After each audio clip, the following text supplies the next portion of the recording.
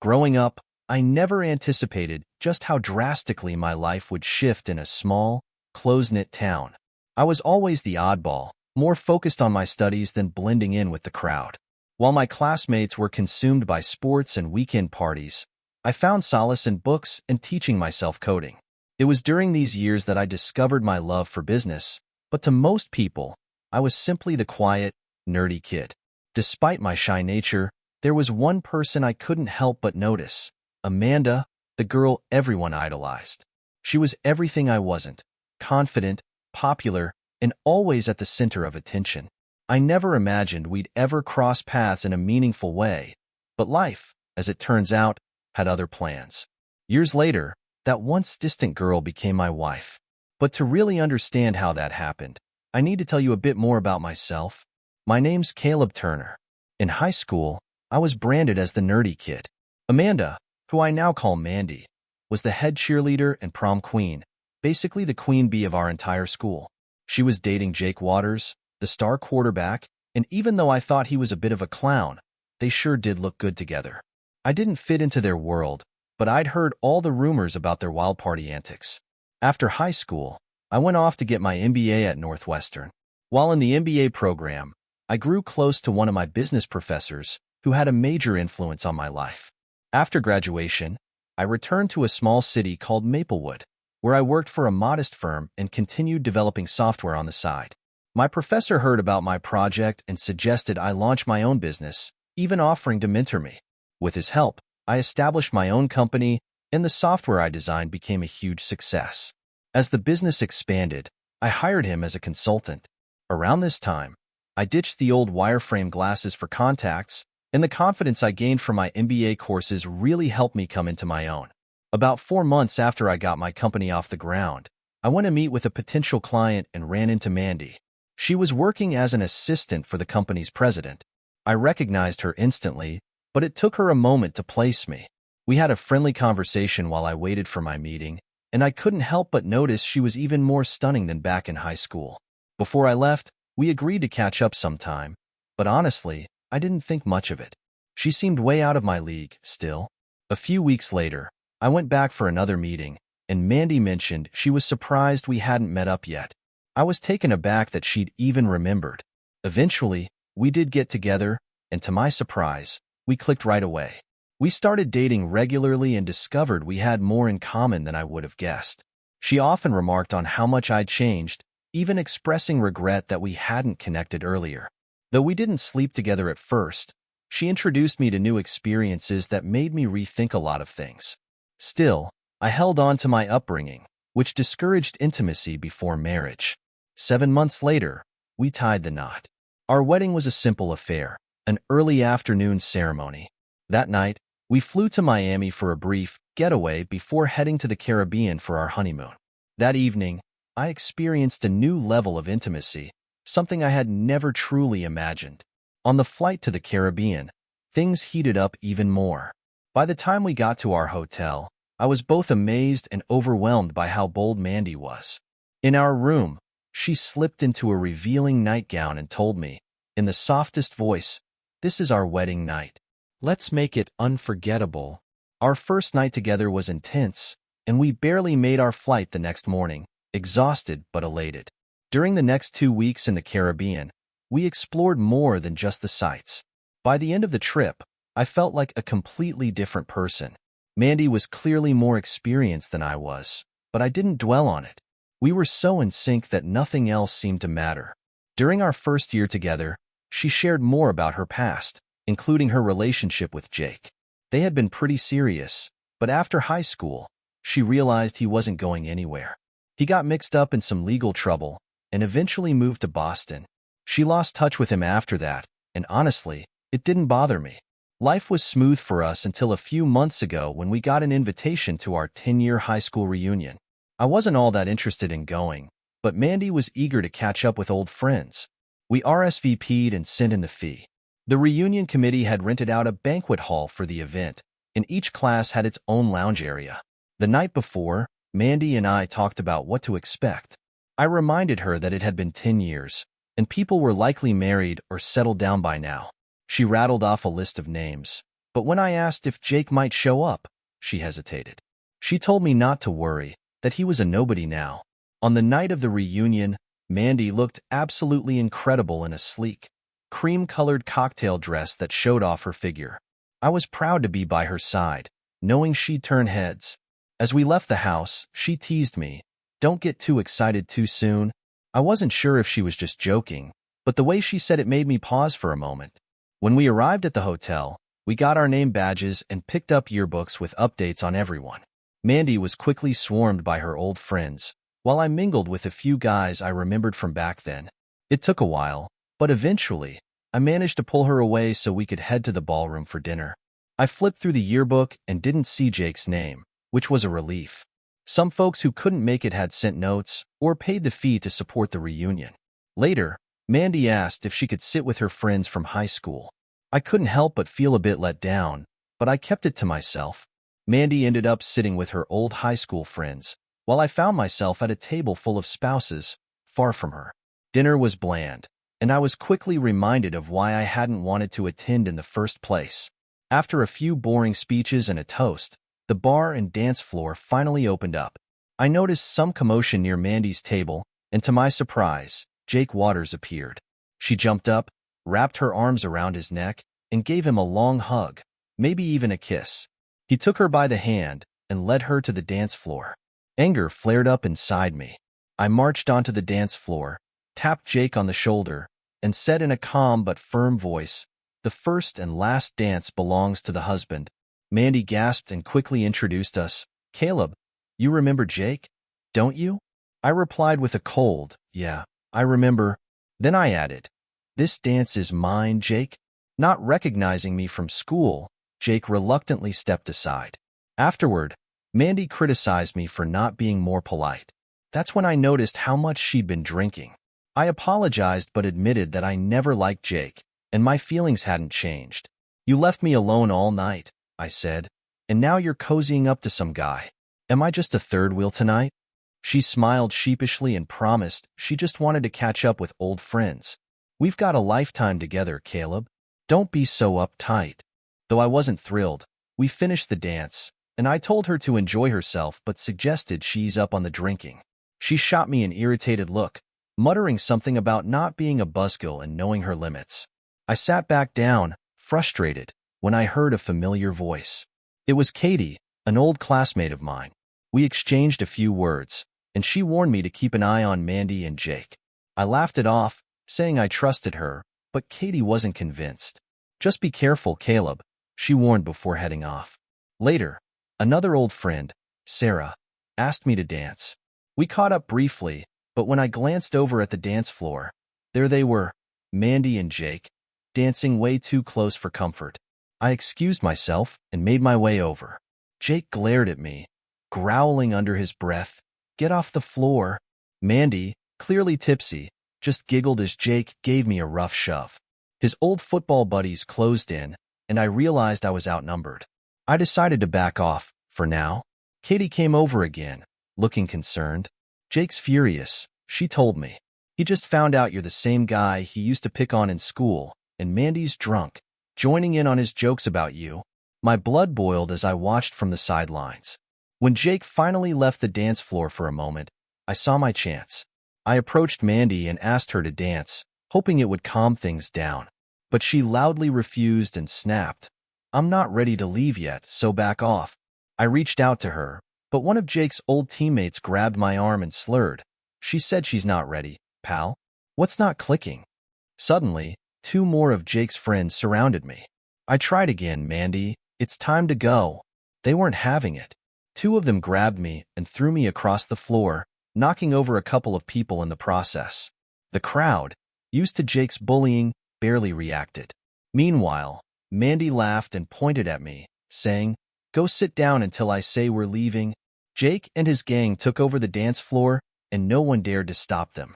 I felt completely helpless, so I accepted an invitation to sit with Katie, Sarah, and their husbands. I couldn't bear watching Mandy dance with Jake anymore.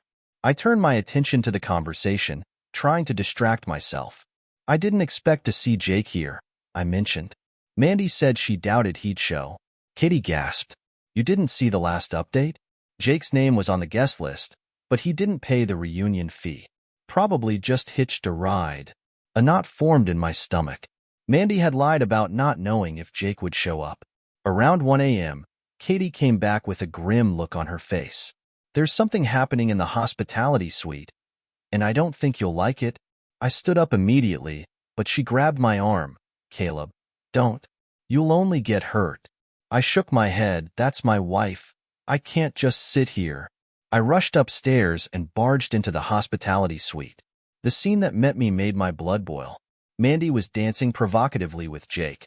Her dress hiked up around her hips, and she wasn't wearing any underwear. Jake didn't have pants on either. The crowd chanted, "Go, Jake, go," as they danced suggestively. I tried to step forward, but Jake's friends grabbed me. The music stopped and Jake sneered, "Well, if it isn't our old nerd, come to rescue the damsel." Everyone laughed. "If you want her, come take her," Jake taunted, and his friends shoved me toward him. Jake punched me hard in the gut, knocking the wind out of me. As I struggled to catch my breath, he sneered, "Get up and fight for her, nerd." Mandy sauntered over, mocking me. "Don't you love me enough to fight?" she teased. I thought I had married a different person, but the woman in front of me now felt like a stranger. Jake grabbed me by my shirt, ready to punch me again, but then laughed and tossed me aside. "Not worth bruising my knuckles. Tie him to a chair. Let's show him what a real man looks like." His friends forced me into a chair and tied me up. The crowd cheered as Mandy started undressing. I screamed, "Mandy, stop. Let's go home." But Jake smirked. "This is what a real woman needs, not some loser like you." Mandy slapped me across the face and said, "Right, Jake, sweetie?" They stuffed a napkin in my mouth to silence me as Jake and Mandy had sex right in front of me, cheered on by the crowd. When they were done, Jake untied me and challenged me again. "Let's settle this like men. Whoever wins takes her home." I pulled the napkin from my mouth and warned Mandy, "You'll regret this." "Stop now." She barely even glanced at me. "I'm busy. You haven't won yet." I turned to Jake, my voice shaking with anger. "Screw you." Before I could react, he punched me again, sending me flying into the hallway. I lay there, winded and humiliated, as I heard the door slam behind me and the laughter echoing from inside, Mandy's voice mingling with the rest. I struggled to my feet, cleaned myself up in the restroom, and returned to the ballroom. Most of the guests had already left or were leaving, but Katie and her husband were still there. As soon as she saw me, Katie rushed over, her face full of concern. "Caleb, I'm so sorry. I had a gut feeling something would go down with Jake still hanging around." He hadn't booked a room at the hotel and seemed dead set on taking Mandy home with him, and probably dragging his buddy, Tom, along for the ride. I overheard them talking about heading over to Jack's place after they left the hotel, and that's when I finalized my plan. After saying my goodbyes, I grabbed my phone from the car and made a quick call to my friend, Sergeant Tim Albright. "Hey, Tim, it's Caleb. I think you're going to want to know about this. A bunch of cars will be leaving soon, and I can guarantee most of the drivers are well over the limit," I said. Tim chuckled. "I'll send out 3 squad cars right away." Always happy to pay Jake back for his old stunts. Hanging up the phone, I scanned the ballroom until I spotted Jake's jacket hanging over a chair. Slipping his car keys from the pocket, I found his rental car outside and quietly removed the valve stem from the front tire. Then, just for good measure, I called the rental company to confirm that roadside assistance would take at least an hour to arrive. On my way out, I saw Tim blocking the intersection near the hotel with his cruiser. He waved me over. "Are they still inside?" he asked. I nodded. "Yeah, but they'll be out soon. Want to stick around and watch?" I parked around the corner and returned to watch the show unfold. Within 20 minutes, 9 cars were pulled over, with all the drivers promptly arrested. Some of their spouses were too drunk to drive, so the cops took them home, while the others had their cars towed. Tim strolled over and said, "As for Jake and Mandy, they've been held up a bit." Just then, my phone buzzed. It was Mandy, and she was drunk and furious. "Where the hell are you? Why didn't you wait for me?" I replied calmly, "You made it pretty clear I wasn't man enough for you tonight. Why don't you ask Jake to take care of you?" I hung up before she could respond, But a few minutes later, she called again, this time sounding more subdued. Jake's bringing me home after he fixes a flat. I invited him and Tom to stay over, so be nice, she slurred. I snapped. You better find a way to ditch them and get yourself home, Mandy. Then, I switched off my phone and filled him in on what was happening. He offered to come with me, and we drove back to my place, parking his cruiser next door, hidden behind the fence. He also had another squad car tailing Jake, just to make sure nothing got out of hand on the road. As we waited, I had an idea. Tim, you know those spike strips you use to stop speeding cars? I asked, a sly grin forming. Tim chuckled, catching on quickly. You know, I've heard of those things falling out of a cruiser by accident before. We placed 2 spike strips in my driveway, positioned just right so they'd be nearly invisible until Jake's car rolled over them. Tim smirked. This is the first time I've actually seen something like this happen in person. A few minutes later, Tim's radio crackled with an update. Jake just left the hotel with 2 passengers, the officer reported. Tim instructed him to follow them safely and allow them to reach the house. 20 minutes later, blue lights flashed outside. I had expected a loud pop when Jake hit the spike strips, but the air quietly leaked from his front tires instead. Tim and I watched from the window as Jake, Mandy, and Tom stumbled out of the car, barely able to stand. Jake started mouthing off to the officers, throwing out some half-hearted threats, but it didn't take long before they cuffed him. You're under arrest for DUI, one officer said as they forced him into the cruiser. Tim whispered, now he's resisting arrest. Tom's license was checked next, and since he had nowhere to stay, they told him he'd be booked as a vagrant. When he swung at one of the officers, they slammed his head onto the hood of the car and slapped the cuffs on him too. That's assault on an officer, Tim muttered. Meanwhile, another officer had secured Jake and was questioning Mandy. Her words were unrepeatable, but the officer walked her to the front door, where she saw Tim. Hey, Sergeant, he greeted. Tim asked, need anything else? Mandy, drunk and furious, glared at me. You set this up, didn't you? Where are Jake and Tom going? I stayed calm and answered, yes, I did. And they're headed to jail for drunk driving. She screamed, I'm going to bail them out. Tim stepped forward and warned her. If you go anywhere near that station, you'll be joining them. Mandy tried to slap him, but I caught her arm and said, go to bed, Mandy, or you'll see a side of me you won't like. She gave me a defiant look, but eventually stumbled to the bedroom. Tim turned to me, call the rental company about Jake's car. They'll need to come pick it up. I thanked him, and he left. Mandy passed out on the bed, and I slept on the couch. Before dawn, I took her checkbook, her cash, and canceled our joint credit cards. Most of my savings were already in separate accounts, so I didn't worry about that. The next morning, Mandy sat at the kitchen table, looking terrible. She couldn't make eye contact as I handed her a cup of coffee. She mumbled a quiet thanks before breaking down in tears. After a few minutes, she finally spoke. I'm so sorry, Caleb. I really messed up last night, didn't I? I replied coldly. I wish pretty bad covered it. Before she could say anything else, the phone rang. It was Jake, calling to ask for bail. Mandy looked at me, telling me she had to go. I pushed her back into her chair. No, Mandy, you're not bailing him out. Your checkbook, cash, and credit cards are gone. You're not using our money for this. Her eyes widened in shock. What do you mean, gone? I leaned in, my voice firm. I don't know if our marriage can be saved after last night, but let me make one thing clear. If Jake comes near you again, or if you even mention his name, we're done. Understand? She nodded, sobbing quietly. Jake ended up spending 2 days in jail because no one bailed him out. He was fined for the DUI and the damage to the rental car, which wiped out his savings. He had to hitchhike home, completely broke. Tom got out a day earlier, but he had to borrow money to leave town. Their wild weekend ended up costing them far more than they had bargained for. Later, Tim told me that 8 others had pleaded guilty to DUI charges, receiving $500 fines and 6-month license suspensions. One repeat offender was hit with a $1,500 fine and lost their license for a year. I wasn't losing any sleep over them. As for Mandy and me, we barely spoke for the next few days.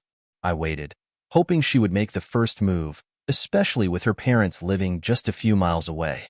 By Wednesday night, I was seriously considering sending Mandy to stay with her parents. As we were getting ready for bed, she came over to me, wrapping her arms around my waist. "Can we try to fix things?" she asked, looking for a kiss. I pulled away. "This isn't going to be fixed in bed, Mandy, and we're not getting intimate until you get a full medical checkup. I'm not taking any chances after what you did with Jake." Her face turned red with shock. "Jake's clean. How could you even think that?" I stared her down. "People who sleep around tend to pick things up, Mandy. You acted like you didn't care about anyone that night. You'll get checked out by Dr. Matthews, no one else." She cried all night, but I wasn't budging. The next day, she hugged me, apologized, and told me she'd seen Dr. Matthews. The results would be ready the next day, she said. After dinner, she seemed quiet, but then she spoke up. "I've been thinking about last weekend. I'm sorry for what happened. I know you said not to bring him up, but, well, you know who I'm talking about." I interrupted her right there. "Why did you lie about Jake being at the reunion?" She hesitated before admitting, "I was afraid you'd refuse to go if you knew he'd be there." I glared at her, fury building up inside me. "You knew what was going to happen, didn't you? You planned this." She flinched, and then came the truth. "Caleb, you knew who I was before we got married. I've always loved sex, and honestly, I still want it. With other people." Her words hit me like a ton of bricks. "How long has this been going on with Jake?" She insisted. That night was the first time since high school. I sat in silence, feeling sick to my stomach. "Mandy, you've told me more than you realize. I won't push for more details now, but let's be clear. If you want to sleep with other people, ask for a divorce. Our vows are not negotiable." She broke down, sobbing uncontrollably. "Caleb, you don't understand." "No, Mandy," I replied coldly. "You don't understand. If you can't stay faithful, then we can't fix this. And don't even think about us starting a family until this mess is sorted out." I reminded her that our plans to have kids were officially on hold, indefinitely. She cried harder, apologizing again, and begged for a chance to make things right. She even suggested that starting a family might help. I shot that idea down immediately. "We'll try to fix this," I said firmly, "but I don't trust you right now. And we're definitely not having kids anytime soon." It was finally sinking in for her, just how much damage she had caused. Over the next few weeks, we had several serious discussions, and we set some ground rules and benchmarks to measure our progress over the next year and a half. Things gradually improved between us. One thing that surprised me was that Mandy never again mentioned wanting to sleep with anyone else. It was a relief, but I still carried the weight of that night in the back of my mind. About a month ago, we started talking again about the possibility of having kids, and I allowed myself to feel a little hopeful. But those memories still haunted me, and I wasn't sure if I'd ever be able to fully move past it. I began making sure my finances were secure, just in case I needed a way out of this marriage without suffering a financial hit. Every 4 to 6 weeks, Mandy would go spend a few days with her parents. We had agreed she'd call me every night at 9 p.m. to stay connected. I liked the arrangement. It gave her time with her family, and it gave us our weekends together.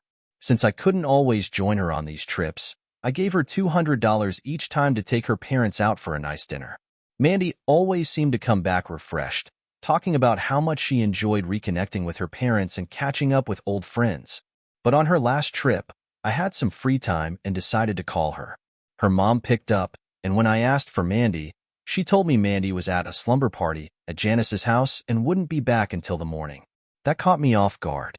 "Isn't it a little early for a slumber party?" I asked, trying to make sense of it. Her mom explained that Mandy and her friends often got together for these sleepovers. Then she added something odd. Mandy hadn't taken them out to dinner in a while. That didn't sit right with me. I'd given Mandy over $1,000 for exactly that reason. I tried calling Mandy's cell, but it was off. When she finally called me back later, I asked why she hadn't mentioned the sleepover. She shrugged it off, saying it didn't seem important. When I asked about her phone, she claimed the battery had died, and she left it charging at home. Her answers didn't feel right, and a knot began to form in my stomach. Something wasn't adding up. Later that evening, I realized I didn't have Janice's number. Out of curiosity, I dialed Mandy's cell again. To my surprise, she answered.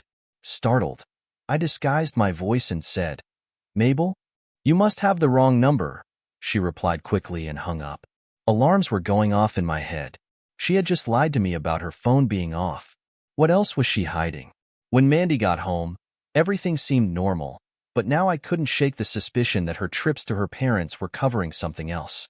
The story about the girls' nights felt flimsy.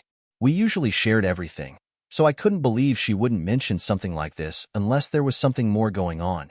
The more I thought about it, the more convinced I became that these parties were just a cover for something she didn't want me, or her parents, to know about.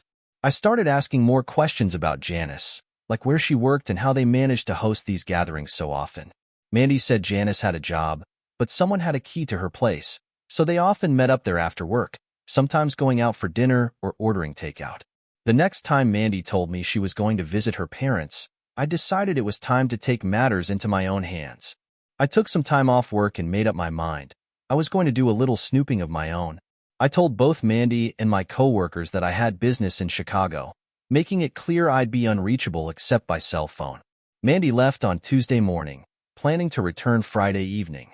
I gave her a vague story about meetings with clients and moving between hotels.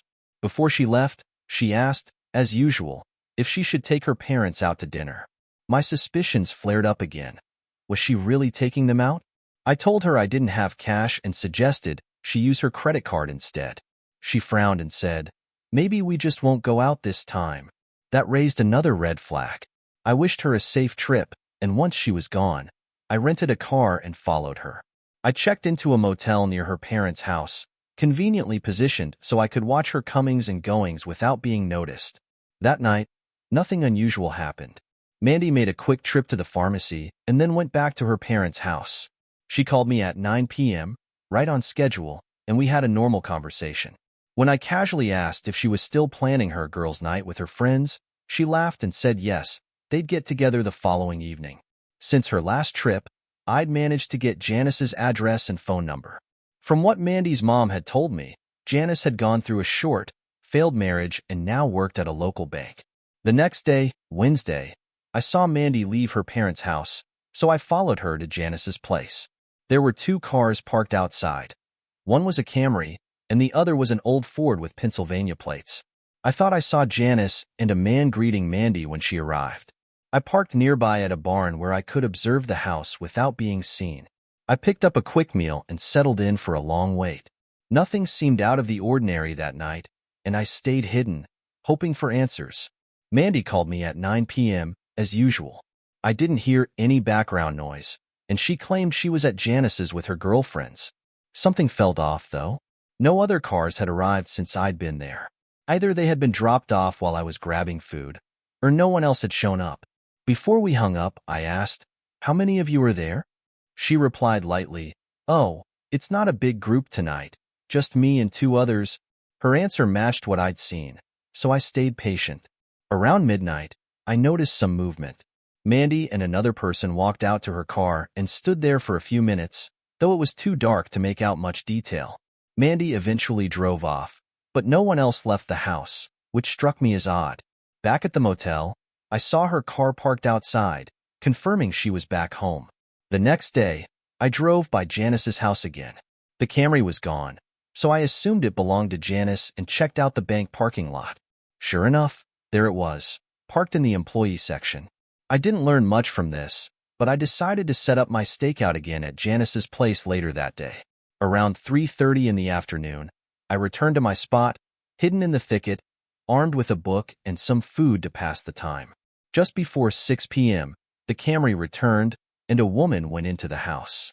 Not long after, I heard a car door slam, and I saw the old Ford drive off, with a man behind the wheel, the same man I'd seen the night before. Shortly after, I noticed a man and a woman standing on the porch. It only added to my confusion. By 7 p.m., the lights were on in Janice's house, but no one else had arrived or left.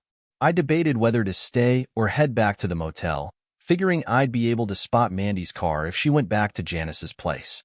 When I arrived at the motel, I was shocked. Mandy's car was parked right next to the old Ford with Pennsylvania plates.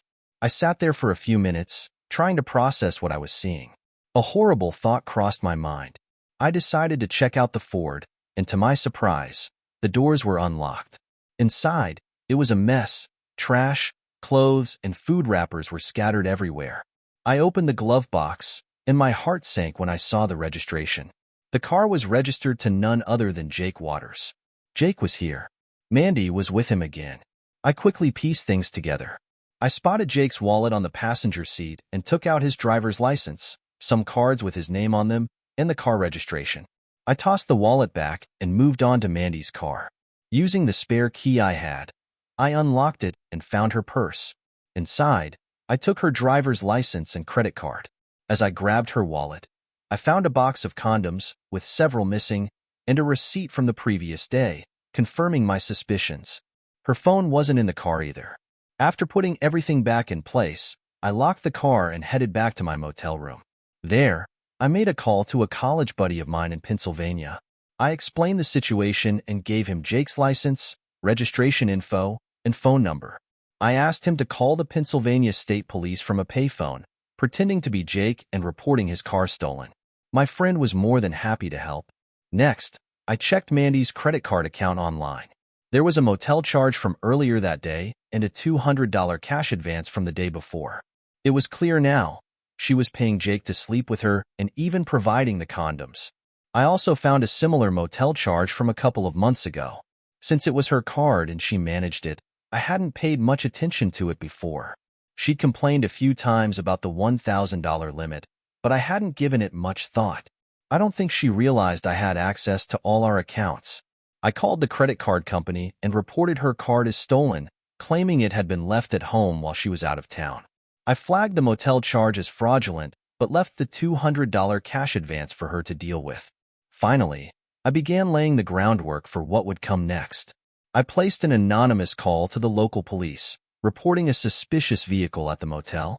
Afterward, I got rid of everything I'd taken from Mandy and Jake, including her shredded credit card and the discarded trash. I didn't care about what room they were staying in. I wasn't getting fooled again. It felt strangely satisfying watching everything fall into place, even the parts one hadn't fully anticipated. About half an hour after my call, I heard a commotion outside. The hotel clerk was arguing with someone, demanding they either pay in cash or leave because their credit card had been reported stolen. I recognized Jake's booming voice, his anger bubbling over as he threatened the clerk. Mandy was right behind him, trying to smooth things over, insisting it was just a misunderstanding. It didn't work. I could hear the door slam as the clerk retreated to his office, immediately calling the police. They arrived within 5 minutes, lights flashing, and spoke briefly with the clerk before heading straight for the room below mine. I listened intently as they knocked on the door, followed by a volley of angry voices. One of the officers checked the license plates on both vehicles, then ran a search from the cruiser. Not long after, I saw Mandy and Jake, handcuffed, being led out to a police car. Another officer emerged with a plastic bag that I assumed held their personal belongings. About an hour later, a tow truck came to haul off Jake's car. As much as disrupting their night gave me a twisted sense of closure, I couldn't shake the sick feeling in my gut. I sat alone in my darkened motel room, wondering how everything had spiraled so far out of control. What was next for me? For Mandy? For us? Unsurprisingly, she didn't make her usual 9 p.m. check-in call. I left a message on her voicemail, trying to sound concerned, even though I knew exactly why she was silent. By 10 p.m., I saw her father's car pull out of their driveway, but I couldn't tell if her mom was with him. I called her mother's cell, but there was no answer, so I left a message, asking her to have Mandy call me once she got home. That moment hit me harder than I expected. Over the years, I had grown really close to her parents, especially her dad. He once confided in me how relieved he was to have me as a son-in-law. He'd praised the positive changes he saw in Mandy since we'd been together, saying I was a good influence on her. But he also told me about their struggles with Mandy in high school. She'd been popular, sure, but ran with the wrong crowd, partying, skipping class, and barely passing her courses.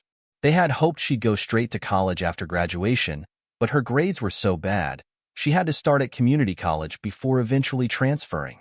Her dad had looked heartbroken when he admitted how disappointed they were that she almost didn't even graduate.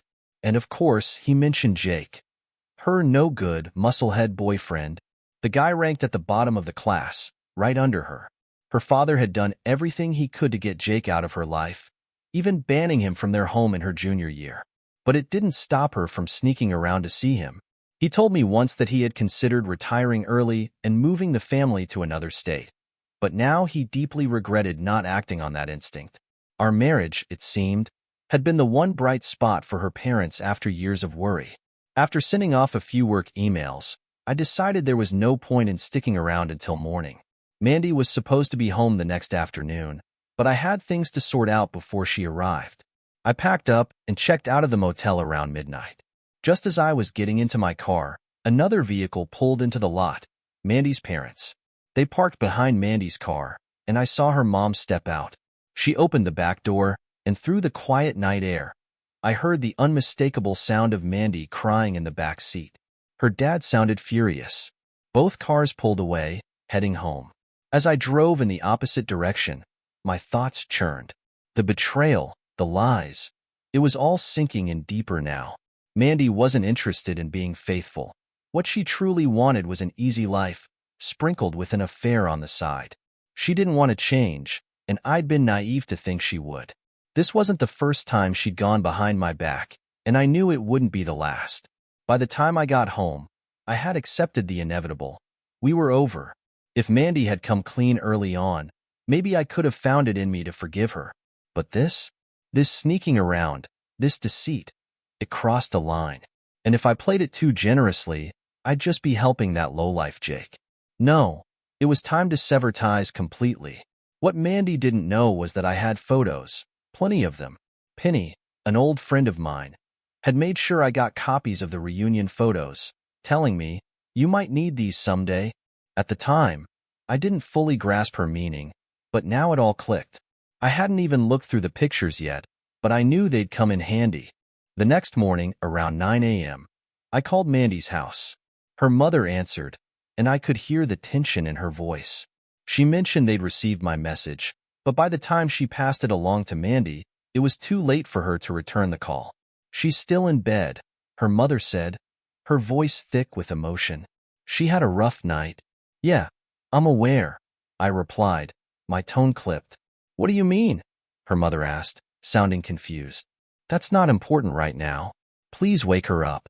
"I need to speak with her," I said firmly. "I'll call back in 15 minutes. Her mother started to say something, but I hung up.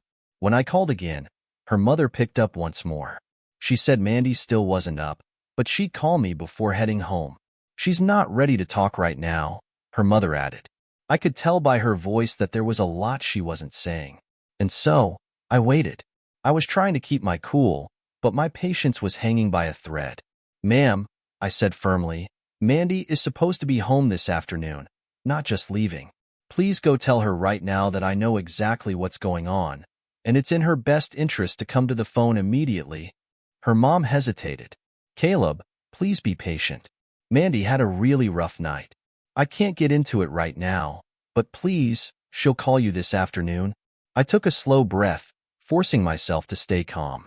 "Mom," I replied, "if all I needed to talk to her about was getting arrested last night, I could wait. But this is about way more than a few hours in a cell." Silence.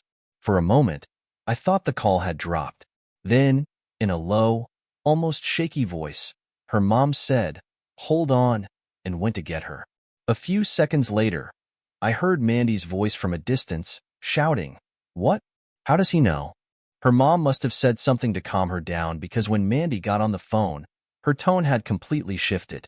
With an overly sweet voice, she said, "Hi, honey, what's this about me being in jail?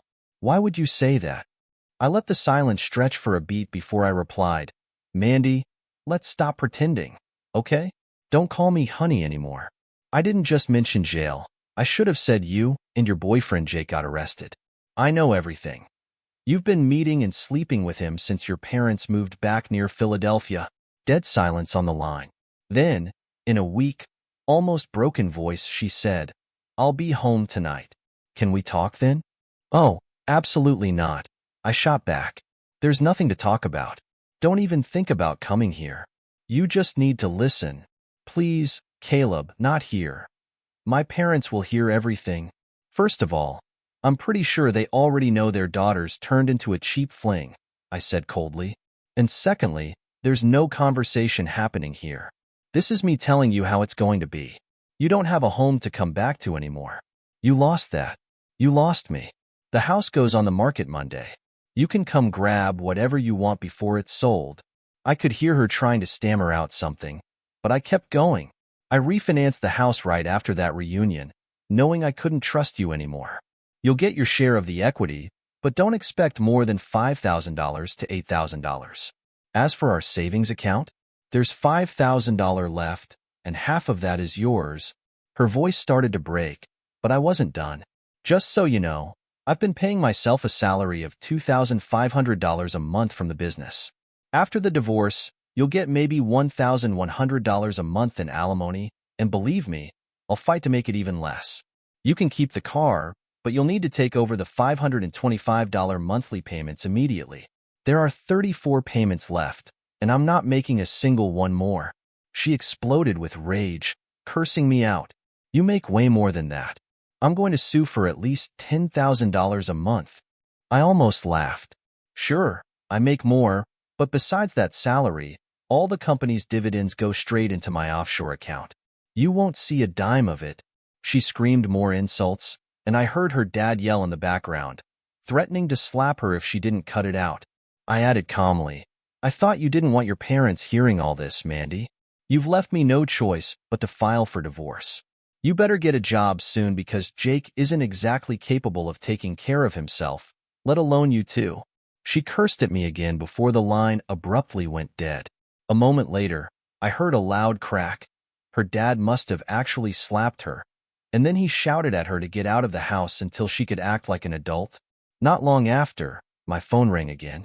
It was Mandy's dad. He apologized for her behavior, his voice shaky with shame. He admitted that he had slapped her and then broke down, telling me her face was swollen. I've never hit anyone before, he sobbed, let alone my own daughter. I don't know what's happened to her. That was it for me. There was no saving this, no coming back. Mandy's self-absorption had pushed even her own father to the edge. I could feel the weight of it all, how she'd shattered more than just our marriage. My heart ached for her parents. That was 5 years ago.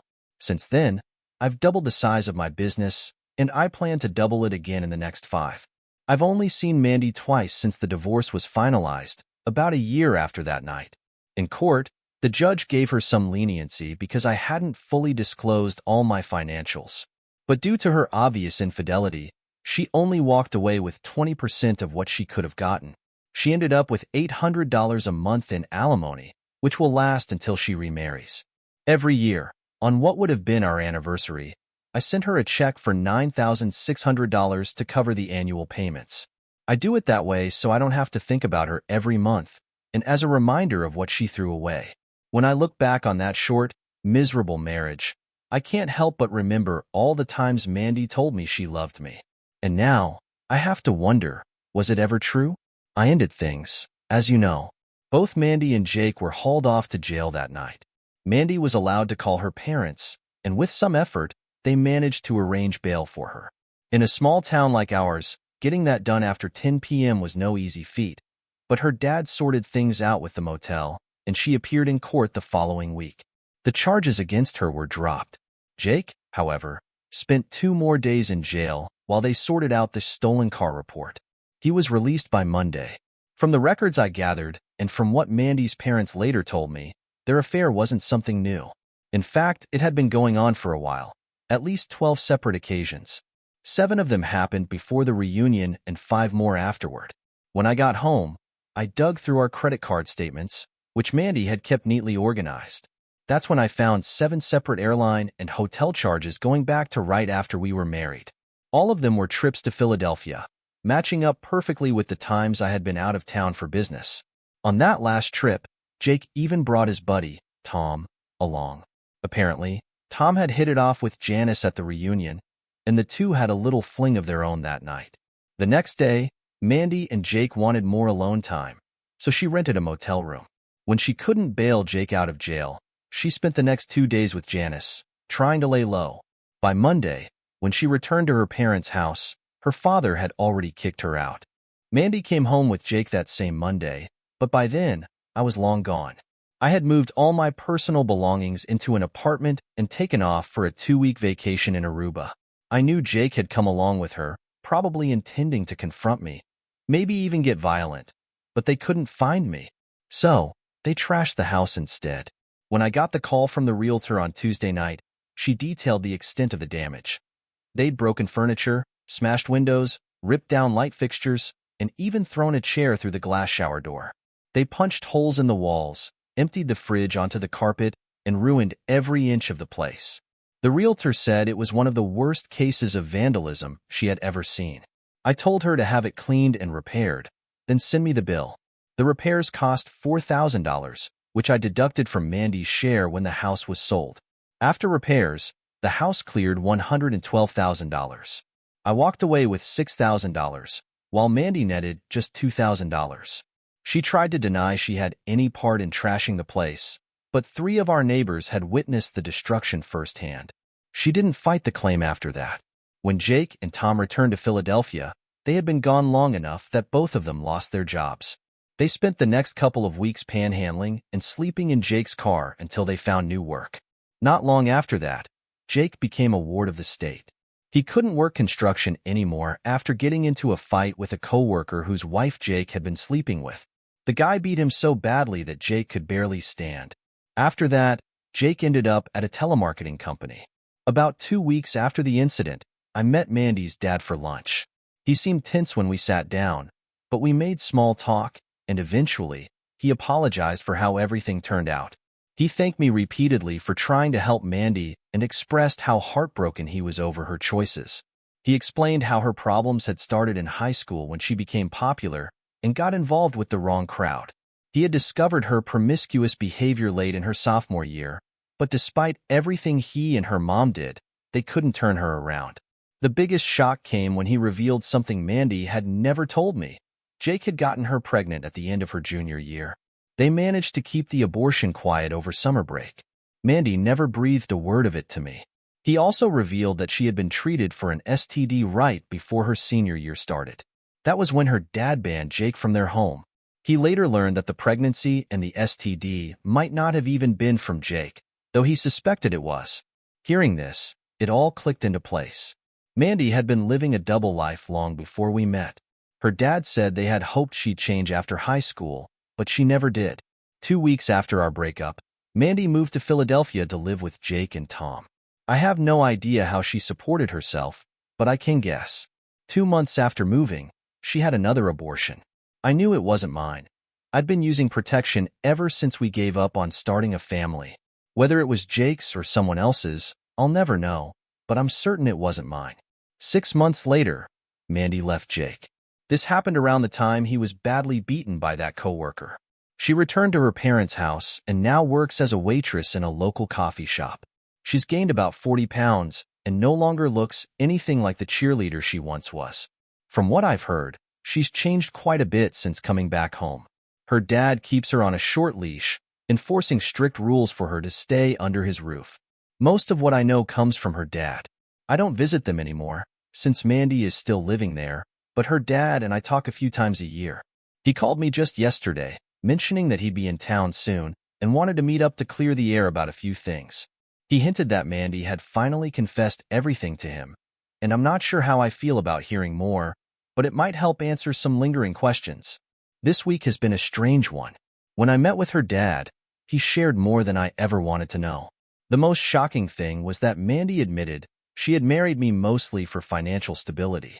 She couldn't tear herself away from Jake and the wild, reckless lifestyle he offered. She even told her dad that she regretted letting sex and exhibitionism control her life. When she became pregnant with Jake's baby again while living in Philadelphia, she realized how far she had fallen. She said Jake treated her like a toy, pimping her out for money and alcohol. When he found out she was pregnant, he abandoned her. Worse yet, the abortion she had was botched. She'll never be able to have children again, even if she meets someone decent. I hadn't realized that Jake's downfall didn't happen in Philadelphia. It occurred after he moved to Atlanta, following his breakup with Mandy. A friend of hers ran into Jake there and barely recognized him. He's now a homeless street bum, thin, with broken and yellowed teeth, a scraggly beard, and long, greasy hair. He's ruined so many lives, including his own. Do I feel sorry for him? I'll let you decide. Now, for the good part. That same week I met with Mandy's dad. I took Penny out for dinner and dancing. Her husband had tragically died in a plane crash about a month after the reunion, and Penny and I had started dating about 4 months ago. That night, I proposed to her, and the best part? She said yes. When we first started seeing each other, Penny didn't think she wanted to marry again. After losing her husband, she was content just having companionship, and to be honest, I wasn't sure I was ready for a serious relationship either after everything I'd been through. But things changed after our 5th date. Penny invited me over for dinner at her place, and I met her 2 kids. We clicked instantly, and I think that's when she began to reconsider. She realized her children needed a father figure, and over time, we discovered how much we had in common. By our 3rd month together, it felt inevitable. Penny was still hesitant about marriage, but that Saturday night, I decided to go all in. To my delight, she accepted. We were married a few months later and just celebrated our 25th wedding anniversary. A little over a year after we tied the knot, we welcomed a son into our family, completing our home. Life truly came full circle for me. 2 years ago, I sold my business and retired. The kids are all grown now, and Penny and I moved to a beautiful home on Hilton Head Island. Looking back, I rarely think about my past. Mandy's parents passed away several years ago. While it was sad, it also brought some closure. My conversations with her dad had always been strained, keeping the painful memories of my first marriage alive. As for Mandy, I have no idea where she is now, and frankly, I don't care. It might sound heartless, but that chapter of my life is closed. Still, I'll admit that on the rare occasions when she crosses my mind, I feel a hint of sympathy for her. She's made her bed, but I can't deny that, in some strange way, she played a part in my transformation. From a nerd into someone more confident, a man who could rebuild his life after being shattered. Maybe I'm a little more adventurous than your average guy now, but after everything that's happened, I can say with certainty, I'm happy. You can't imagine how much it means when Penny looks at me and says, "I love you," and I know without a doubt that it's real.